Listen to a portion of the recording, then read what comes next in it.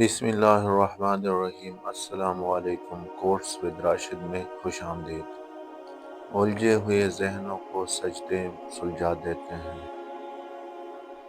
رب سے تعلق ہی سکون دیتا ہے، انسانوں سے تعلق تو صرف اذیت دیتا ہے۔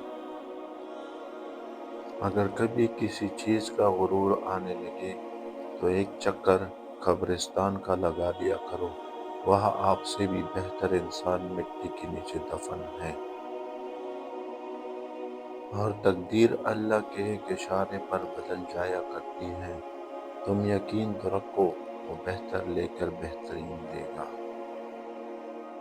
اس سے پہلے کہ مٹی کا بدن خاک بنے، توضع ہو کہ مصلی پہ جوانی رکھ دو۔ بہت قیمتی ہوتے ہیں وہ دکھ جو آپ کو جائے نماز تک لے آتے ہیں۔ جو خدا رات کے بعد صبح اور گرمی کے بعد ٹھنڈ دیتا ہے، وہی خدا پریشانی کے بعد خوشی دے گا۔ عبادت کا بہترین وقت جوانی ہے۔